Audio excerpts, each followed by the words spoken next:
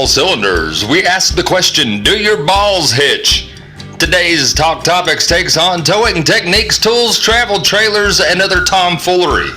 And Ricky talks about his new occupation at the racetrack.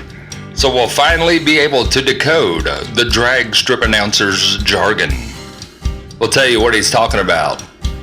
Now here's On All Cylinders. Yeah. Oh, God, come on, God dang it. Yeah, now we are on all cylinders. So cringe. Bolts and nuts. Gaskets, horsepower stuff. Got the valves. Got the pistons. Me and Ricky speaking, we all listening.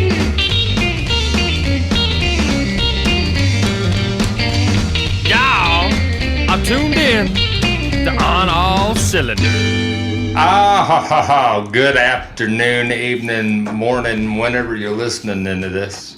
Anytime's a good time. Listening in. I'm Glenn and my esteemed co-host. I'm Ricky D. Mr. Ricky D. What's going on, Mr. Glenn? How you today? He's live and in person if y'all didn't know. Hey, do your balls hitch? Well, I technically only have one, but the ones on my truck do. Well, that's what today's episode is. And it's episode 5. Wow. So already up to number 5. Number 5. Number 5 is a good number. It seems like just yesterday we were on episode 1. Like, it's so special. I'm getting all choked up inside. Going down, jeez. Anyway. You know, it's kind of interesting that we're going to talk about that kind of stuff because on the second week of December, I'm going to Arizona with a Airstream. By the time you'll get to Arizona. Oh, yeah? What are you doing? I'm sorry. I totally zoned out. You said Arizona, and that's immediately where my mind went. That's okay. And I blocked out everything else. What'd you say? You know what an Airstream is? Like the stainless steel aluminum campers? Yeah, camper. Yeah, but camper. Camper. Buddy of mine sold one to a guy in Arizona, and he was like, I'll give you X amount of dollars to come and take it to me. And I was like, well, you know what? I ain't never really drove to Arizona. That sounded like a good idea to me. Right, no doubt. I'd like to go to Arizona sometime, but that's like a retirement trip for me. Yeah, when you're like a real adult, you got a job and like, you know, children and a wife, that kind of thing. Well, you gotta be productive. Yeah, you gotta like do adult things. I mean, I don't know if what I would call what I do adult or anything, but well, I mean, it's as close as I ever want to get. I'm a 40-year-old that is reasonably responsible, I guess you could say. To me, that's adulting. I mean, reasonably responsible is adulting enough for me. That's way close enough. Like, to me, adulting is like walking out the door in the morning with like coffee and some slacks on and seeing your neighbor that lives like 5 feet away and be like, hey Bob, how you doing this morning? Oh, I'm fine, Joe, how are you? To me, that's the Twilight Zone. You know, like that's adulting to me. Like, people are like, oh, I adulted, and I'm like, oh, so you were just stuck up in no fun today. No fun today. See, to me, it's got a different meaning. If you have children, you have to adult. Like, you have no choice because you're literally responsible for something else. Me, I can just throw my dog in the truck. We're good. He said, I'll take my shit with me. Yeah, I'm good. Like Tommy Chong. Yeah. Anyway.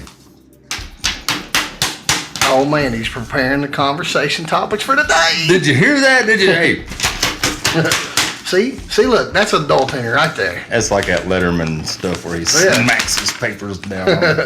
What's the Craig Ferguson guy that would just like tear it up and throw it? Oh, yeah, Craig. You're Letterman, I'm Craig.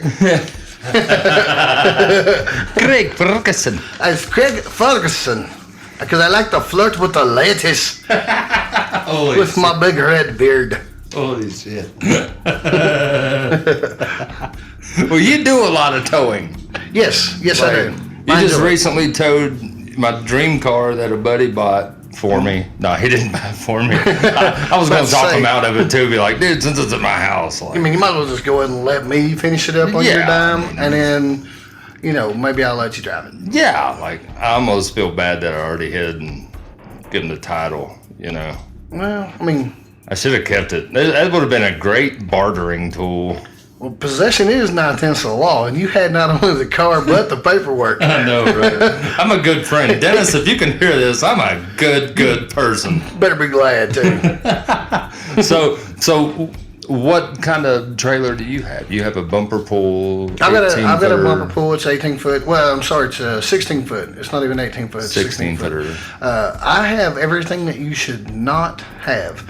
It's not a manufactured trailer. It's a homemade trailer. It just does a really good job. Which is legal in our state. In our state, yes. You can do that. Some states you can't. Our state, you can totally make a roadworthy trailer if you want to. Which that reminds me, since I'm going to go to Arizona, I might want to get a title for that thing. You Put could. a tag on it. How big is the Airstream? Oh, never! My brain went completely retarded there. I'm not even hauling my trailer. I'm hauling the Airstream. Are you going to put the Airstream on the trailer and bring it back? Sometimes I'm a little slow, boys. I tell you, I'm a little slow sometimes. That seems like you're taking a long way around the block. I guess I'm going to tow the Airstream, put the trailer in behind the Airstream, tow them both. Which, you could do that. Well, that would work because then I could pick something up on the way back and make double the money. Now, that's legal in some states to tow, Tow tandem like that? Absolutely. Yeah. I mean, is it legal in Kentucky? Can I tow my camper with my bass boat behind that? Yes. Sweet. Yeah, Do I have to have everything? You have to have a special license. You have to have a special license to be you able have to have a tow and tandem license as far as I know. I'm not 100% for sure on that because I've never done it, but I've been told that in order to do that, you can do it. Unless you've got farm tags on your truck and you're towing within 5 miles of your facility. Right. Because they do tobacco wagons and stuff in tandem all the time. Well, I do have farm tags, diggity. Oh, son. Yes, but I also have a farm, so it's legit, not just for cheap insurance, which... See all the adulting you do? It's nice. See, look, you're such an adulter, you don't even realize the adulting you do. You got a farm, a business, a wife, kids. Do you feel old yet? No. I feel like I'm just started. Just started. Yeah, I just started, man. I keep trying to tell everybody I'm going to find out what I want to do when I grow up.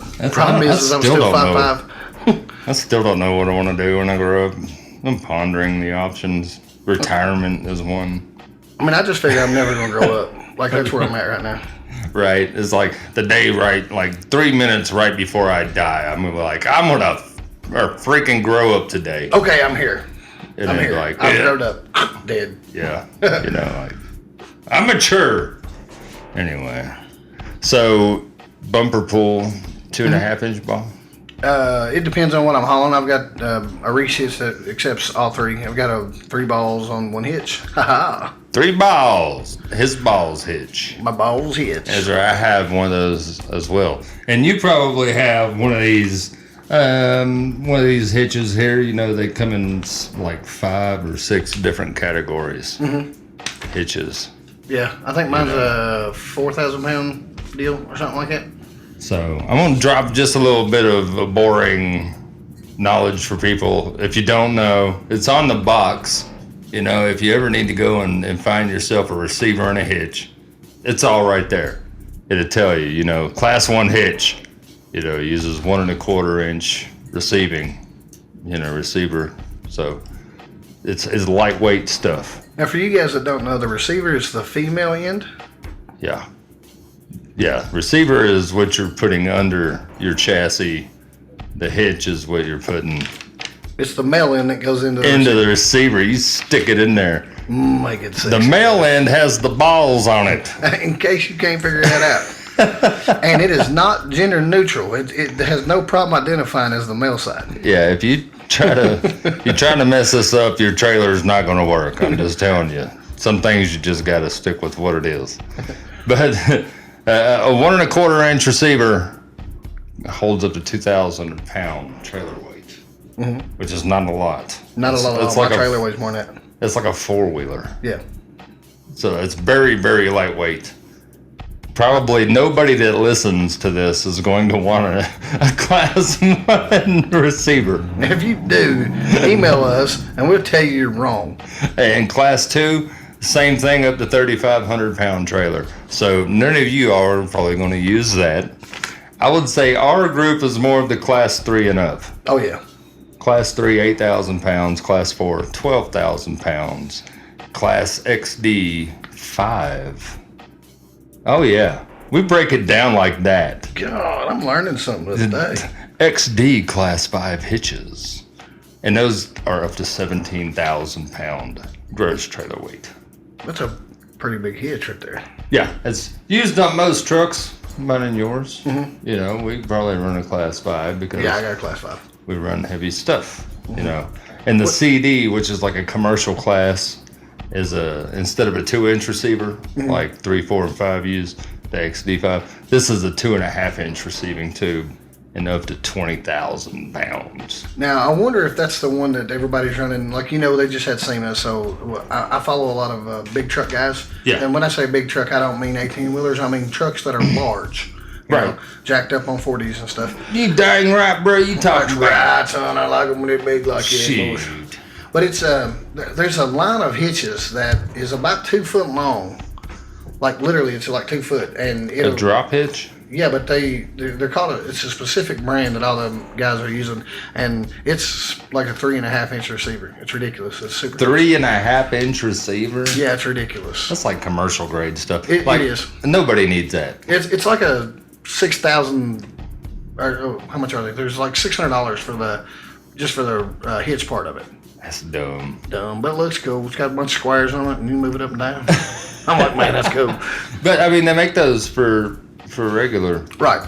2-inch receivers. Yeah. I actually seen those at Rural King the other day. Yeah. And I was like, you boy gonna get one of them. I need one of them because my It's amazing gooseneck. the difference between, like, well, my 3-ball hitch is just going straight out. Mm-hmm. It offsets the angle of my trailer so much that it will literally cause my truck to either squat or not squat. So when I use a drop hitch on it, it levels the trailer out so much that I'm gone. And that's what you have to do. Your trailer ideally should be level, because then your load proportion and your cornering and all that stuff, distribution, is all going to ride better. Oh, yeah. And you'll find out real quick when you're not. I was working with a buddy of mine the other day, and we took about 5,000 pounds to this new salvage place in Camargo.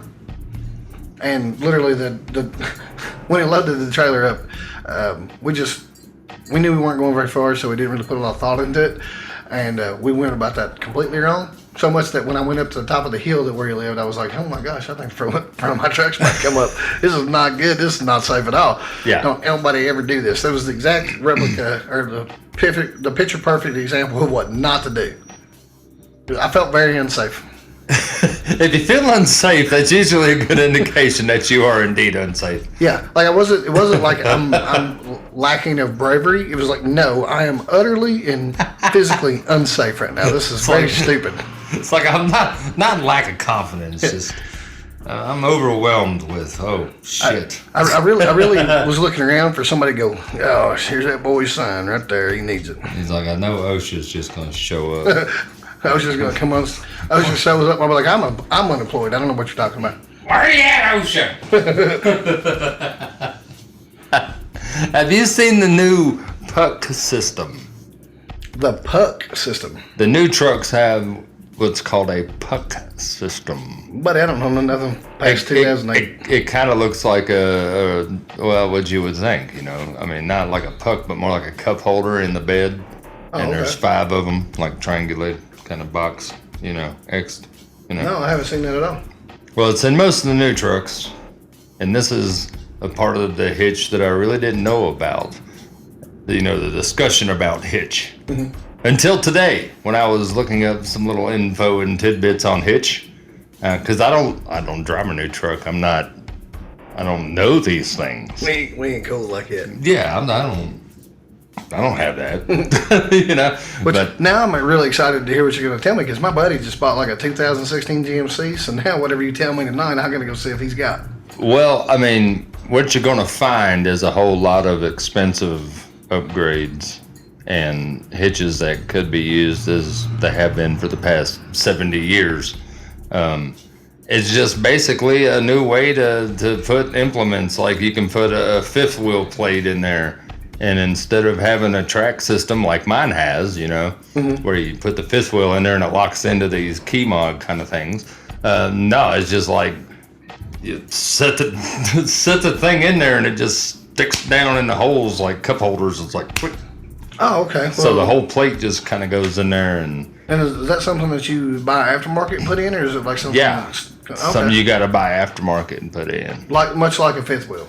Yeah, some of those trucks you buy a fifth wheel, and it comes with the track and everything already in there, and all you got to do is buy the plate. Right. Which Gotcha. they're very common because they've been used forever. Right. And I mean, there's tons of different kinds of fifth wheels, but the most common is the one that has the little tracks with the locks and all that crap. So for basic trucks like my truck, and this is a whole new system, so it's just a whole new bunch of aftermarket gear that you got to get. So basically, they're trying Like, to I don't think it wheel. makes it any more sturdy. I don't think it makes it any more, It doesn't make it any more safe. I don't think so. I think it's just... It's weird because normally I'm not a safety concerned guy, and I really should be, but I'm not. Again, it goes back to that I don't adult very well. Yeah. Towing stuff is really because I've always towed stuff back and forth to the racetrack, but I've never really towed stuff for people. But not long ago I went down to North Carolina, got a car, and brought it back. And when you go to North Carolina and get a car, it's a lot further than just going to Clay City. So I really started to think, okay, I really want to be a lot more safe about this, because you break down from here to Clay City, which if you guys don't know, Clay City's where we go drag race at. It's Mountain Park Dragway. I'm sorry, it's Kentucky Dragway now. Yes. But it's 30 minutes. So if you break down within 30 minutes, it ain't no big deal. You can call somebody, and somebody will have a trailer tire, and they'll come help you out, and it's no big deal. But when you're 5, 6, 7, 8, 10 hours away, it's a little different story, and it's really opened my eyes to that because I've recently started doing some stuff like this. The more time you put behind the wheel, and you become more conscious about what you're actually doing. It's like, holy crap, I'm not just... Are you telling me I'm adulting and don't know about it? Yeah. Son of a bitch. You're not looking at it like, oh, I'm just going to take my car down to the drag strip. Now you're like, holy crap, I got to plan for my journey. To Arizona. Yeah, I mean, you got to check your routes. You got to make sure that where you're headed, the roads and that your path, your destination is suited to what you're hauling. Oh yeah, that's a very good point. I did not check that when I went to North Carolina. Yeah, because I've been to North Carolina a bunch just for drag racing. There's a toll road that goes there, and they don't charge you just for the truck. They charge you for the truck, the car, and the trailer. So my $2.50 became $15 really fast, and I was like, "Well, there goes my profit." Well, this sucks. Yeah. I mean, you have to check that, and then you have to check. Are you taking this huge, ridiculous, tour through the subdivision, and things such as this, places that you can't turn around. Tight spaces, one-way roads. Like you really want to check and kind of do your homework.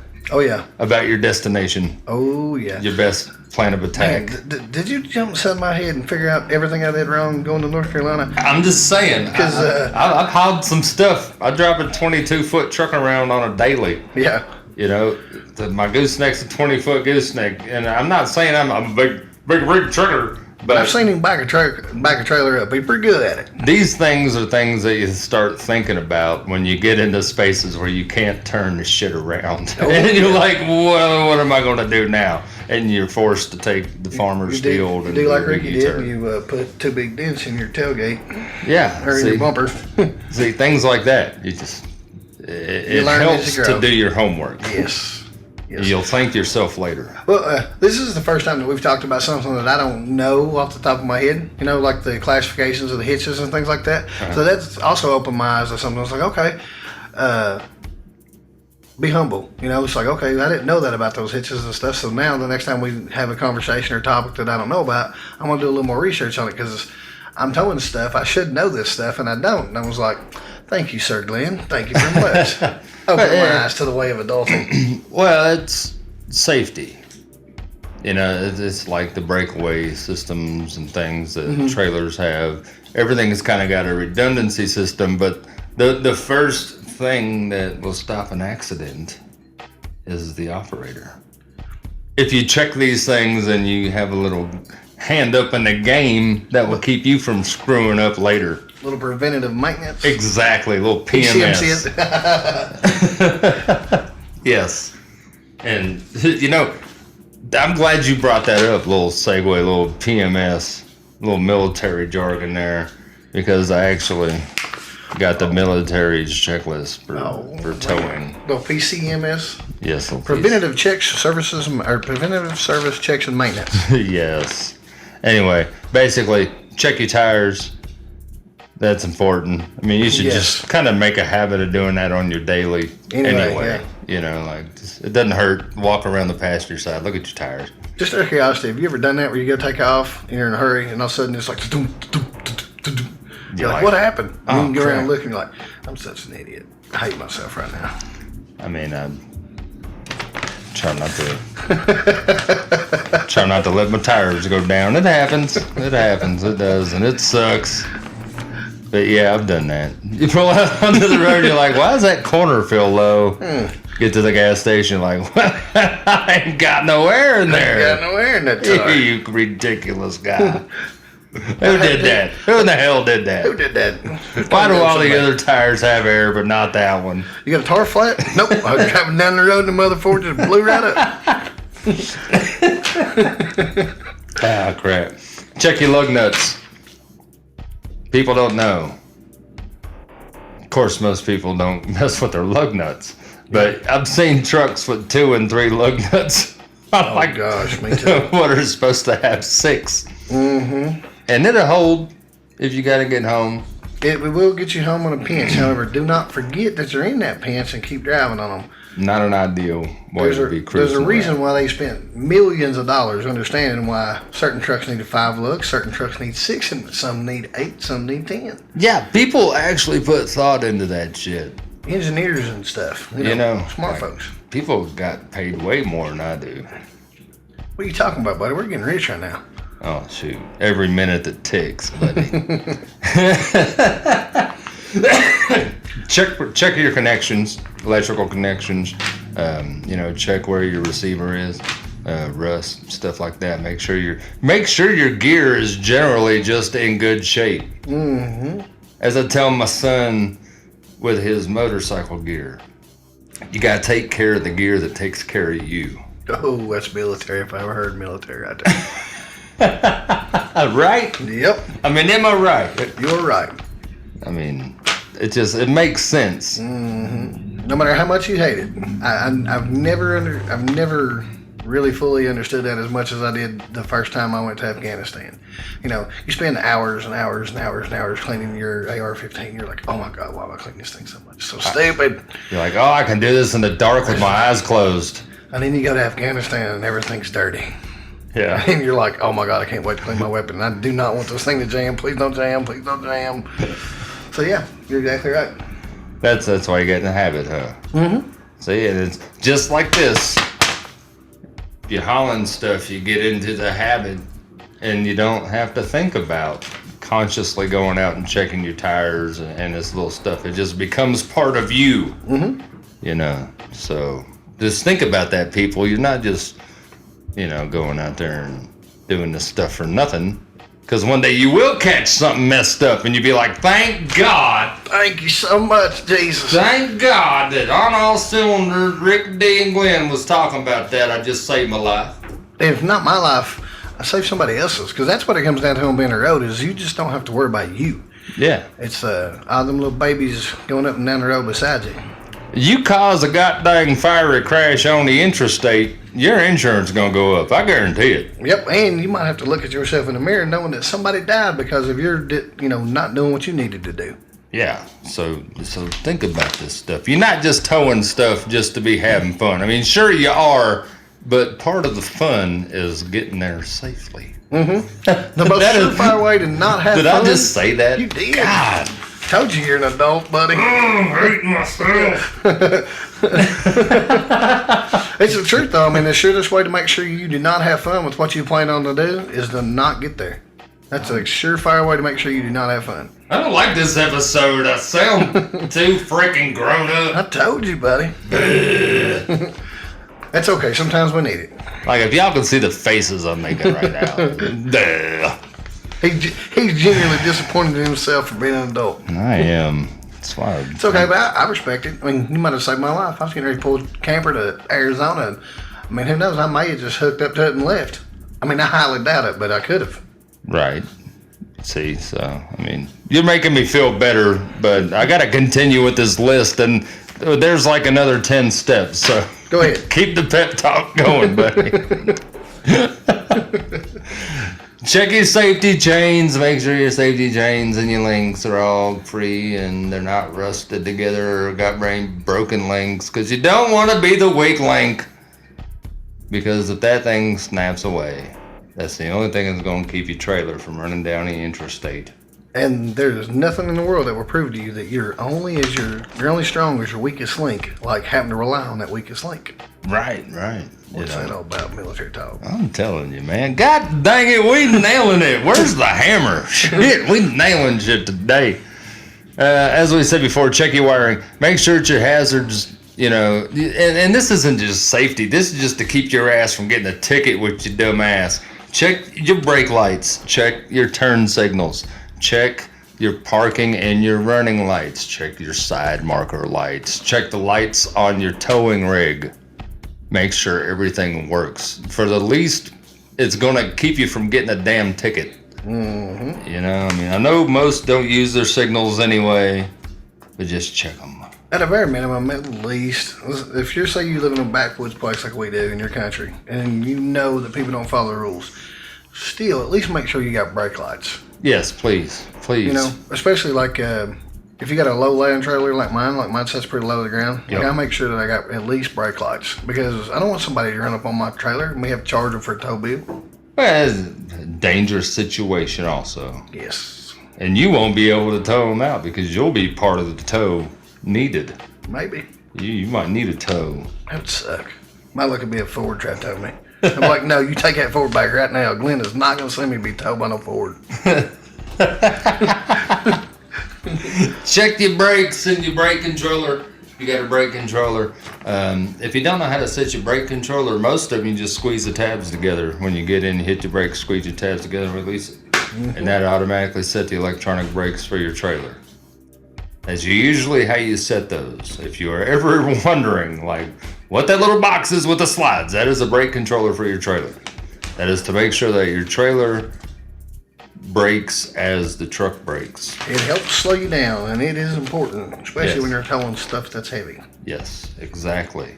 If you're towing something heavier than the vehicle that you're towing it with, you need trailer brakes. Mm-hmm. It's as simple as that.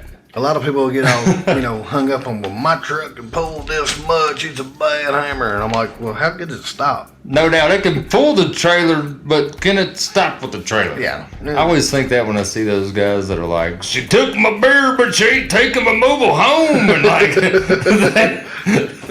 I'm like, well, yeah, you can pull it out there, but are you really going to stop? Have you seen those videos where the dudes are pulling mobile homes with like 3/4 ton pickup trucks? Less than 3/4 ton pickup, like 2 half-ton pickup trucks tied together and stuff. Stupid. People don't be these people. Don't be these people. I mean, you could go viral. You could also go through your neighbor's house. You could go dead. I ain't never been dead. I've been close a couple times. It ain't something I want to participate in right now. When you're towing heavy stuff, curves come up quick. Yes. And they come up fast and sharper than what you thought. So that's why you got to have the brakes, so that your trailer will brake with you. And make sure that your trailer, if you have electronic brakes, has the breakaway system.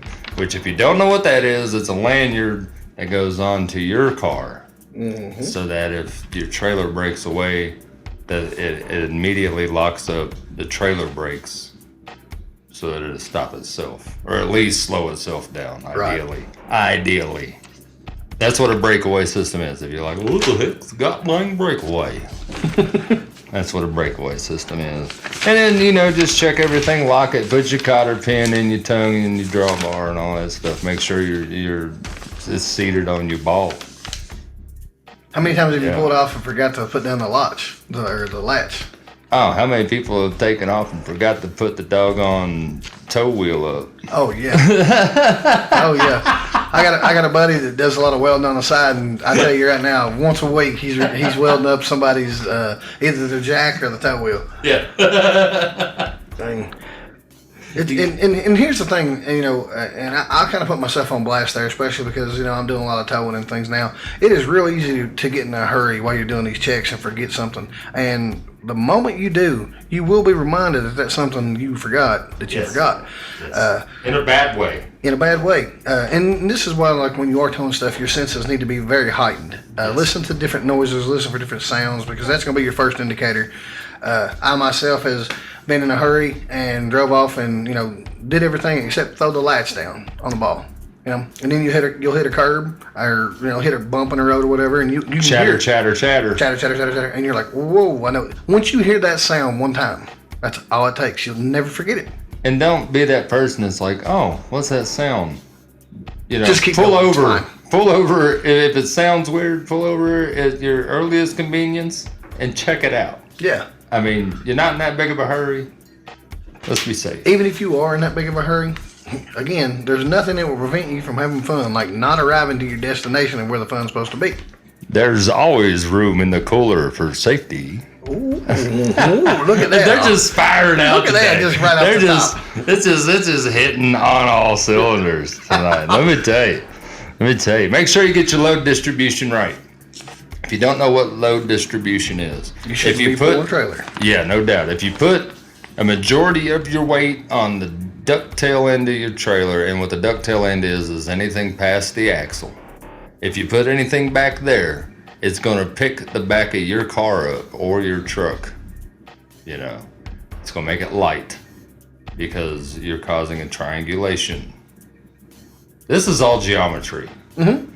I don't know if I can explain this over the radio. It's kind of hard, but I can't hardly do it without using my hands because I got to do like this. Yeah, put your hands, your middle fingers touching each other flat, and then like,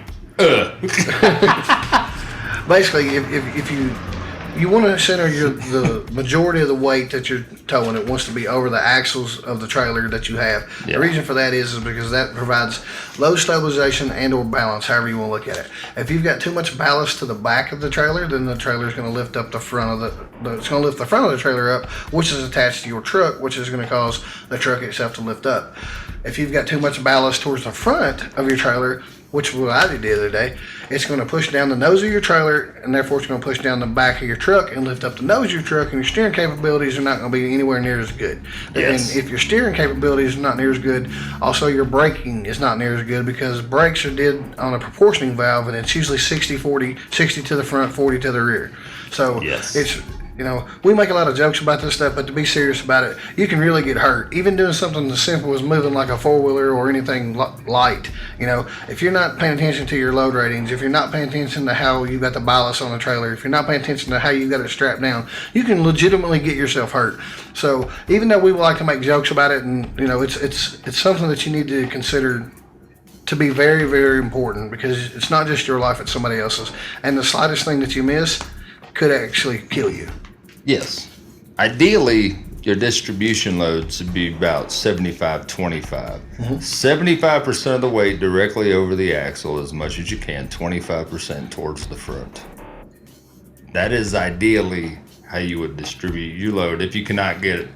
Because, I mean, you're not going to get it perfect, 100% over the axle just because that's not what a trailer is designed for. Right. It's designed to... distribute to load. Right. Well, but that is ideally how you want your shit to ride. That's the safest way for it to be. Yes. And check your mirrors, check any blind spots. Just think about this stuff beforehand. You know, I mean, it's not rocket science really. It's just basic understanding.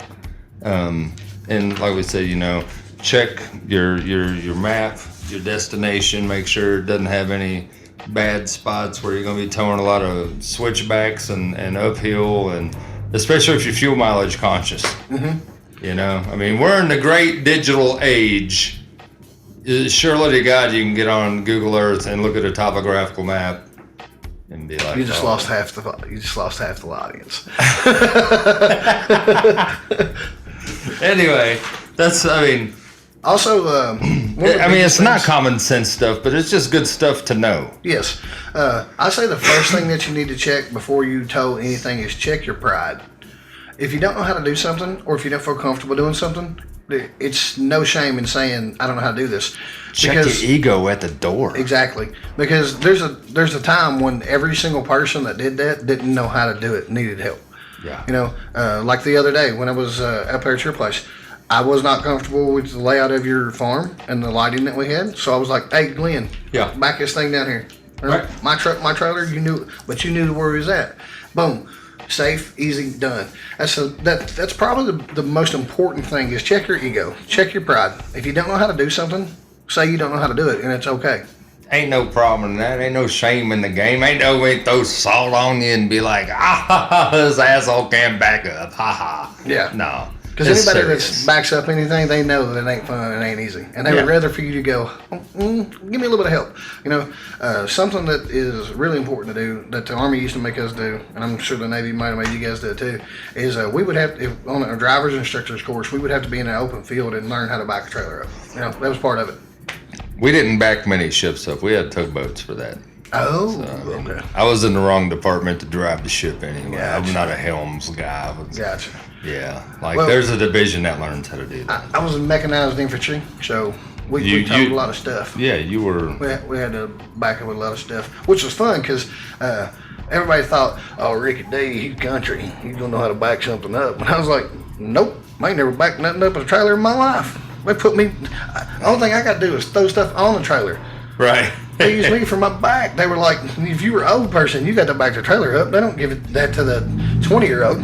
Like pulling stuff around on a trailer brings the kid out in me. I'm like, God dang, I'm doing stuff. I'm moving my ass on down the highway. I'm doing something cool. Yeah, it's different. It is. You know, you watch. I know you watch Roadkill. Oh yeah. And dudes always talk. How many people you think right now are towing this down the highway? Well, like that's how I think. Like, yeah, I'm towing this. You ain't towing this. I'm towing this hog. Well, God dang it! It's kind of an ego booster. It really is, and that's it's. I guess it's weird because I never really seen it that way. It makes me more cautious and makes me more alert. Yes, it's Because kind of I like know, you know, I'm a lot heavier now. Yeah. You know, stopping it's going to take me a little longer. I compare riding a motorcycle and towing stuff. Kind of gives me the same feeling, you know, because when I'm riding a bike, I'm really cautious of everybody around me, like super cautious. When I'm towing something, it's the same way. Yeah, and that's just also just being a courteous damn driver. Look at us being adults. God, this episode is eating my core. Hear that? Those are notes. That's freaking paper with stuff printed on it. Today, Glenn realized that against his will, he was grown up. This is a bad episode for me. It's too much. It's all too much. It's counseling day. This is all too much. So to wrap up all the towing stuff, make sure your hitch is right. Make sure you know how to use your hitch. Make sure you know your equipment's right. Make sure you know how to use your equipment. Make sure that you know how to distribute your load properly. And last but not least, make sure you know how to tie your load down. And one more, and not to Go ahead. talk about, just one more. Check your vehicle's gross weight. Check what its towing weight is. It's on the door. Yes. So there. I just wanted to add that. No, that's a good thing to add. It's important. I mean, you got to know what you're capable of holding. 11,500 pounds was my truck. There you go. I think mine's around 12,000. Well, you're just probably actually a little more than that. You're a 3/4 ton. 1 ton. Whoa, we the big truck. Get the big truck. Got that diesel 730, son. Get you some of that, boys. You see, speaking of this dude today, and I'm glad we're done with the towing thing, because now I don't have to be so adult. Don't have to be so grown up. But this dude today on one of these forums said he was going to bulletproof his spark plugs. I was taking a drink of this. And, do what now? He said he'd heard about bulletproofing the spark plugs. In his diesel? I don't know. It was a 5.4 truck. So it wasn't diesel, but... I was about to say, diesels don't even have spark plugs. I know, right? Thinking. The glow plug. Yeah. But yeah, I was like, that's what I wrote. I said, dude, you should fucking definitely do that. Bulletproof your spark plugs. Like, I wonder totally. You should saran wrap your rear axle. I wonder if when he said that, if he meant, because the 5.4 stuff's notorious for the spark plugs blowing out of the heads. It is. I wonder if he was meaning that he was going to find a way to keep Should I preemptively go ahead and put the tap kit in? Just go ahead and have it ready. And being a Ford guy, I'll even go ahead and agree. 5.4s suck. Oh, yeah. Agreed. They suck. And I know I'll get a bunch of backlash. Oh, you're not a true Ford guy. You don't like Mustangs and you don't like the 5.4. No, I like quality.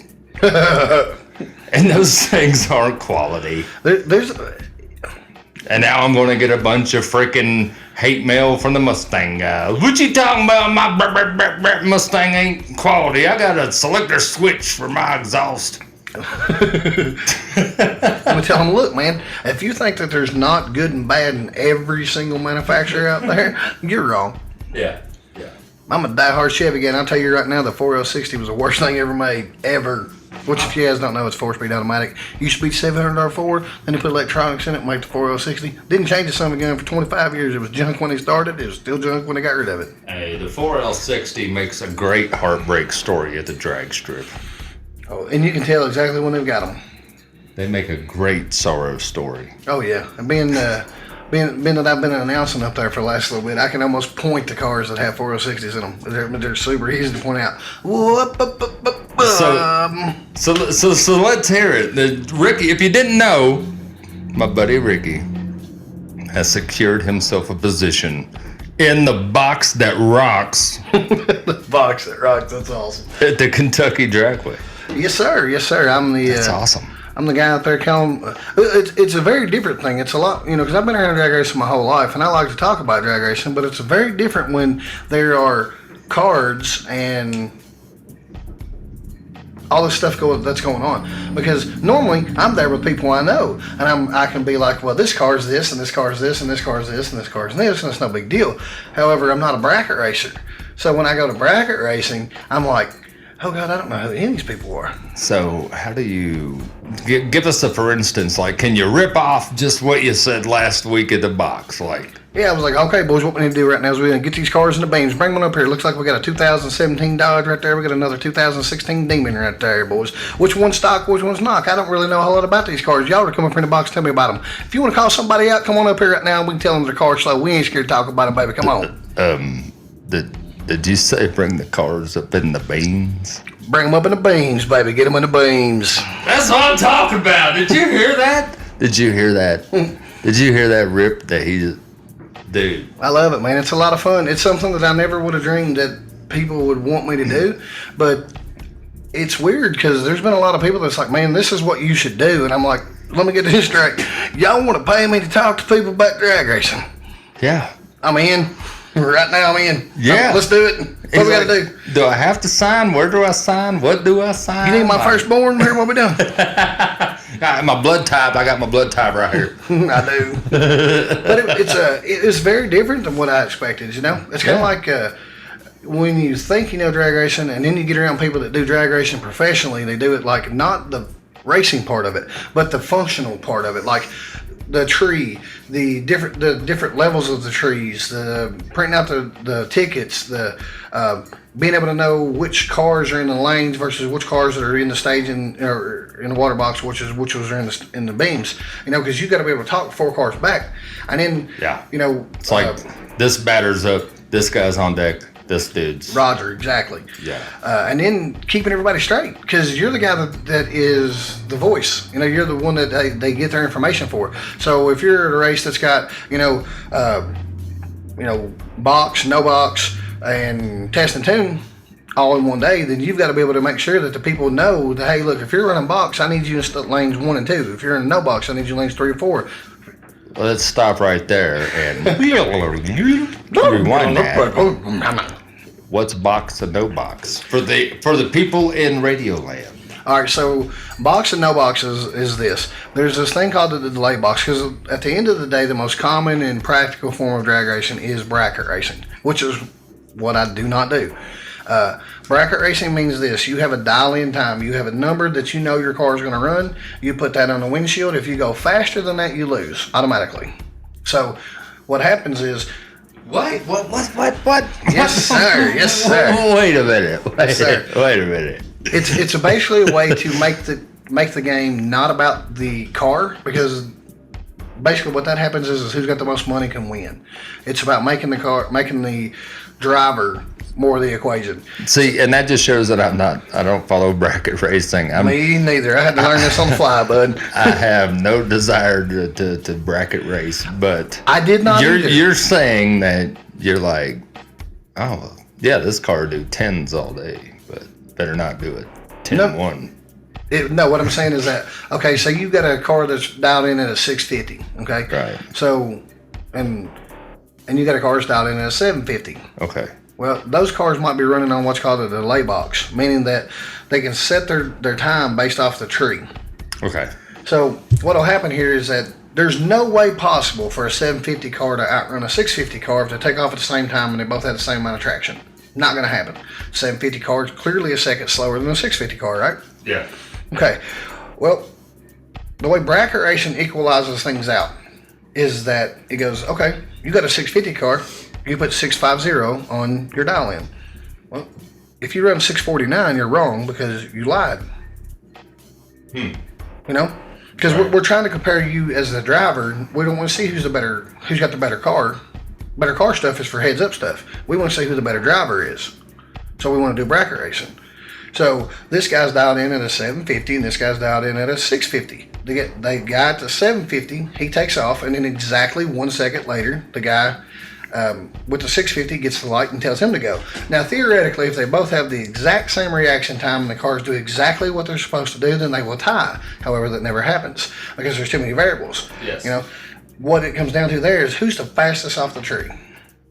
The guy the fastest off the tree normally is going to win.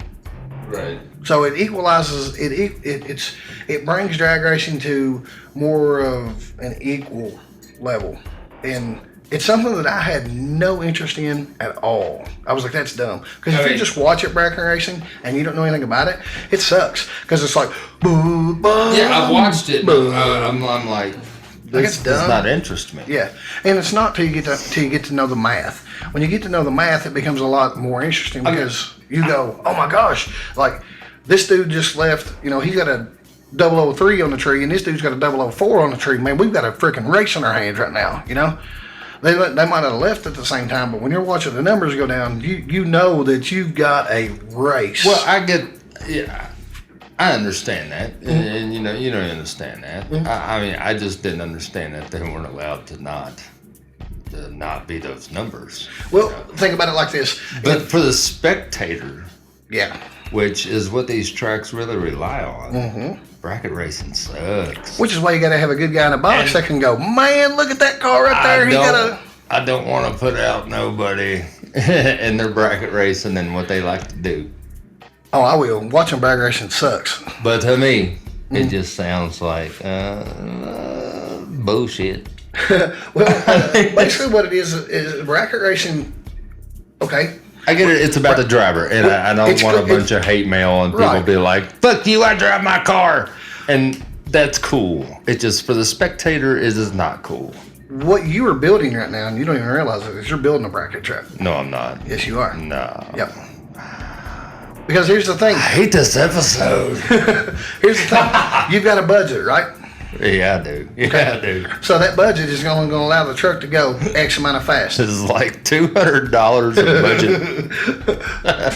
But this is where bracket racing actually becomes kind of fun, you know. And this is from a diehard heads up guy, you know. I'm a heads up drag racer. That's what I love. Right. You know. However, in heads up drag racing, today's world, if you don't have a 4-second car, you're not real fast, you know. Yeah. So then you go, okay. Do I continue to put the square peg in the round hole, or do I try to get him where I fit in? But I would like to be like, oh man, look, there's a bunch of guys that run 10s and 11s. I'll just go hang out with them guys. Well, that's what you do with bracket racing. And that's what bracket racing is. Huh? There's two different forms. There's bracket racing and there's index racing. And they both have the same agenda. Basically what it does is you can't run faster than what you say your car will run. So it takes the hustle out of it. Right. and then you race, and it's a lot of fun. If you do box racing, which means it's lay box. I mean, these guys have this down to where literally if you're 200,000s off of your number, you're not going to win. You know, and these guys are racing for $10,000 a pop. That's cool. It's not fun to watch. $10,000 is cool. Well, what about if I told you that there's a $1 million race 3 times a year? I'd like $10,000. I'm not saying that ain't cool. Would you like to have $1 million? Yeah, that'd be cool. But it's just, I don't know. I would just rather be like, hey, dude, like, you look like you're running the same running I'm got. Like, let's just go up here and line up and take off at the same time, and we'll see who gets down at the end faster. Like, well, that's the other way of racing. That's called testing and tuning, which is not ever racing. You're not ever racing. You're just racing yourself. You're seeing what you can do, what you can do with what you have, which is also nothing wrong with it. The problem is that once you reach a certain threshold in dollar bills, you start to want a return on your investment. And once you get there, you've got 2 choices.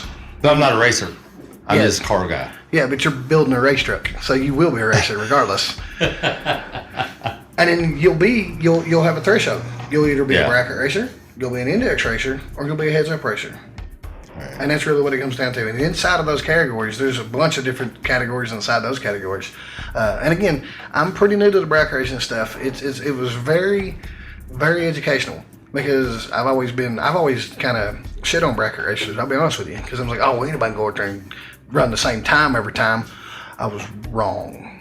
It is a very That's where they say consistency wins races. And they're brackets, right? And they're right. It's like I said, it's just a different mentality. It's not what we see on TV. It's not taking off at the same time, and the guy that gets there wins. Right. Because that is a money game. 100% that's a money game. You know, if you've got $100,000 in your car and this guy's got $10,000 in his car, there's a 90% chance you're going to win. Yeah. You know, but now let's take that and take your $100,000 car against a $10,000 car and make it about the driver. Yeah. Changes the game. I got you. Now, like I said, I don't want to knock anybody racing. You know, it takes balls to do any kind of racing. Yeah. But it just, spectators' point of view. Yes, spectators want to see people go fast and crash. Yes, if people are like, why aren't there people going out to the drag strips anymore? You know, well, because they want to see cars start and stop at the same time, ideally. Well, that and this is what's really been opened up to my eyes, and I'm not patting myself on the back here, okay? I'm not. But this is things that the gallery has brought to me in the past 2 weeks that I've been doing this. I've literally been told that with the enthusiasm that I bring and how much fun that I actually have, even calling bracket racing, that I could make bracket racing fun to watch. There you go. And not just because of me being me, but because that's what an announcer does. That's their job. Their job is to get the crowd involved, get the crowd engaged, explain what's going on, explain why you should be excited that guy won, you know? And that Phil Hines, who is the X275 record holder right now, he was at Clay City, like when Dalton Winfield had his track rental. That's the first time I announced. Phil Hines comes up and goes, hands me his tech card, and I'm like, holy cow, you're Phil Hines. And he's like, well, yeah, nice to meet you. He goes, man, when I pulled in here, he's like, you reminded me of why I like drag racing. I was like, what do you mean? He's like, I could hear that you loved it. He's like, I got out of my car and I was instantly excited because you're hollering and screaming and you make it exciting. And then he got me in touch with a guy by the name of Lee Sebring. You don't know who Lee Sebring is? He's like the most recognizable announcer in all of drag racing. Oh. He's a bad man. And got an invite from Lee that at the Georgia race, if I'm down there, to let him know, and he's going to pull me in the box and talk up there. So it's crazy. Cool. It's crazy, man. You know, who would have thought that by running my mouth about drag racing, people would want to be involved? I don't know, or want me involved. That's awesome. It's been an experience. We just did the Legions of Demons last Sunday. It's all demons and Hellcats. I believe the hype now. They're fast. I watched 6 stock demons make 3 passes back to back, and they were all 9-second passes. Fast cars in stock. Yes. And those guys was like, hey, we're having our international race in Houston in January. Would you like to come down here? And I was like, I can't believe this is happening right now. Like It's cool, crazy. man. It's different. It's super different. I was also an announcer. I could believe that, man. You can tell, like you got such a different range in your voice with the different things that you can do. I can only sound like this. I sound like this, and this is all I got. But you can go all different. I was a titty bar DJ. Oh God! Yeah, I was a titty bar bouncer. You got people excited in bracket racing, which is far more monumental than. I mean, titties sell themselves. Titties sell themselves. There's restaurants based on that. I mean, it's no secret. But it's because I have been to tracks, and it's like the announcers just get up in the left lane. You can come over, and it's like, holy crap! Like, yeah. Do you ever meet? Like, are there, like, big-time racers that are like, I can't believe you don't know who I am, god dang it, this is, like... not yet, but I pray that I do. Right. Oh, I hope I do. Every other track I go to, they call me by name. I'll be like, well, now your name's Dickhead, so...